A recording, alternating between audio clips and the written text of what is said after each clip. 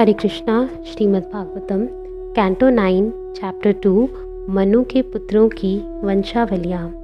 सुखदेव गोस्वामी ने कहा, इसके पश्चात जब वैवस्वत मनु के पुत्र सुद्युम्न वानप्रस्थ आश्रम ग्रहण करने के लिए जंगल में चले गए तो मनु ने और अधिक संतान प्राप्त करने की इच्छा से यमुना नदी के तट पर 100 वर्षों तक कठिन तपस्या की।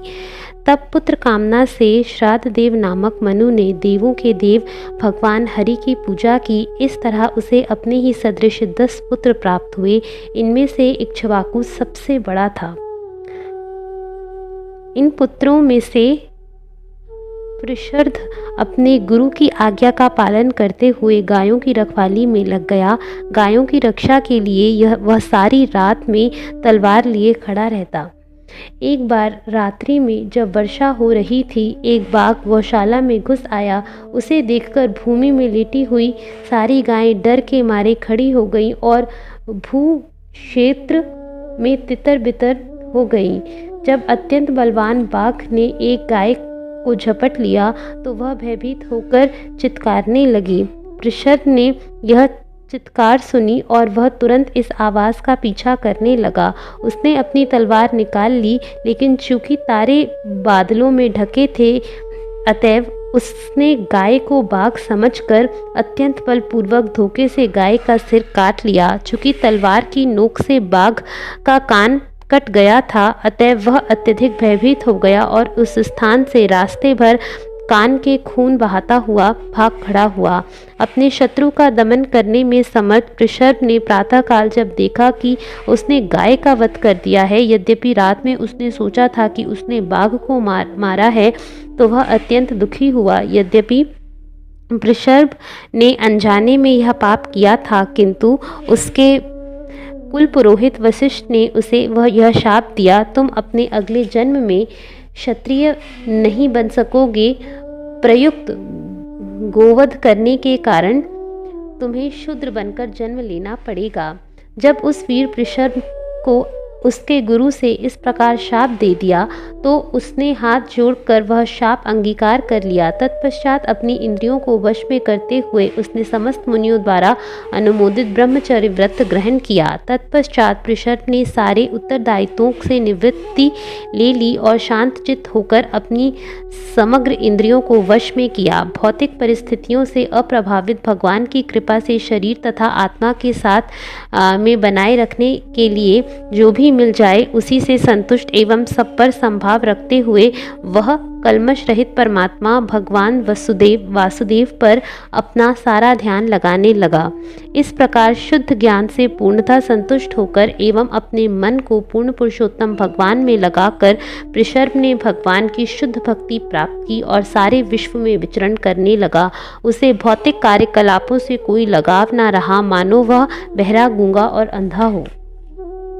इस मनोवृत्ति से पृषद महान संत बन गया और अब वह जंगल में प्रविष्ट हुआ और उसने जंगल में धधकती आग देखी तो उसने अवसर पाकर उस अग्नि में अपने शरीर को भस्म करने के अवसर को ग्रहण किया।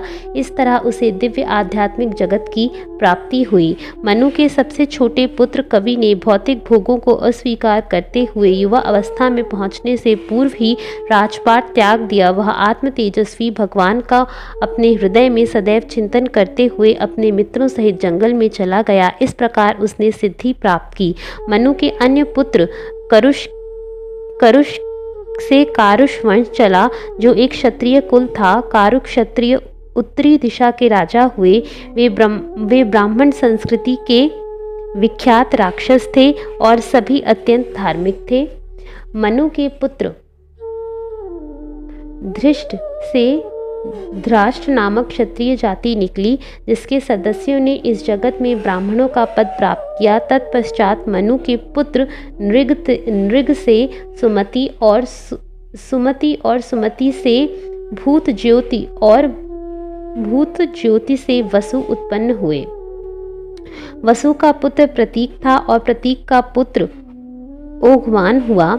ओघवान का पुत्र भी ओघवान ही कहलाया और उसकी पुत्री का नाम ओघवती था। उसका विवाह सुदर्शन के साथ हुआ।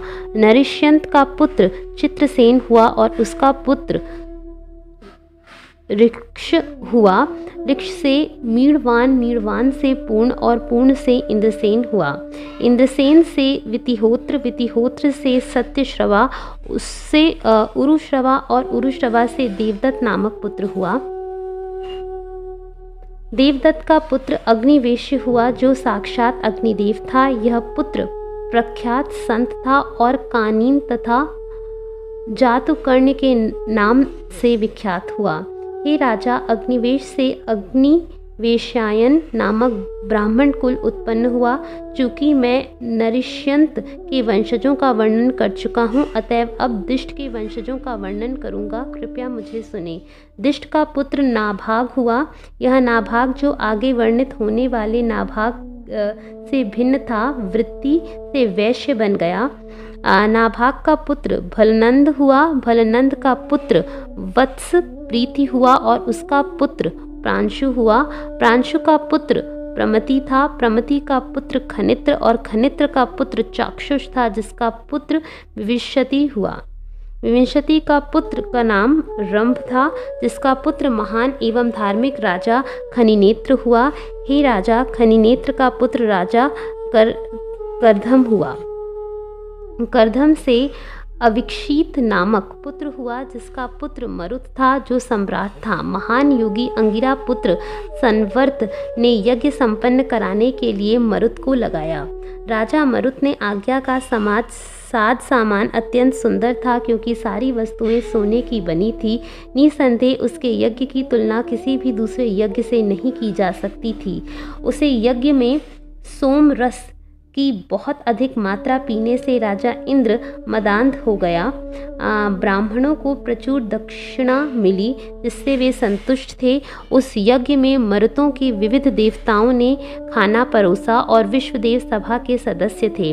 मरुत का पुत्र दम हुआ। दम का पुत्र राजवर्धन था और उसका पुत्र सुधृति और सुधृति का पुत्र नर था। नर का पुत्र केवल हुआ और उसका पुत्र धुंधमान हुआ, जिसका पुत्र वेगवान हुआ। वेगवान का पुत्र बुध था और बुध का पुत्र तृणबिंदु था, जो इस पृथ्वी का राजा बना। अप्सराओं में सर्वश्रेष्ठ अत्यंत गुणी कन्या अलम्बुषा ने अपने ही समान सुयोग तृणबिंदु को पति रूप में स्वीकार किया। उसके कुछ पुत्र तथा इलविला नाम की एक कन्या को जन्म दिया। महान संत योगेश्वर विश्रवा ने अपने पिता से परम विद्या प्राप्त करके इलविला के गर्भ से परम विख्यात पुत्र धन प्रदाता कुबेर को उत्पन्न किया। तृणबिंदु के 3 पुत्र थे, विशाल, शून्यबंधु तथा धूम्रकेतु। इन तीनों में विशाल ने एक वंश चलाया और वैशाली नामक एक महल बनवाया। विशाल का पुत्र हेमचंद्र कहलाया और उसका पुत्र धूम्राक्ष हुआ, जिसका पुत्र संयम था और उसके पुत्रों के नाम देवच तथा कृशाश थे। कृशाश का पुत्र सोमदत्त हुआ, जिसने अश्वमेध यज्ञ किए और उस प्रकार भगवान विष्णु को संतुष्ट किया। भगवान की पूजा करने से उसे ऐसा उच्च पद प्राप्त हुआ जो बड़े बड़े योगियों को मिलता है। सोमदत्त का पुत्र सुमति था, जिसका पुत्र जन्मेजय हुआ। विशाल वंश में प्रकट होकर इन सारे राजाओं ने राजा तृणबिंदु से विख्यात पद को बनाए रखा। हरे कृष्णा।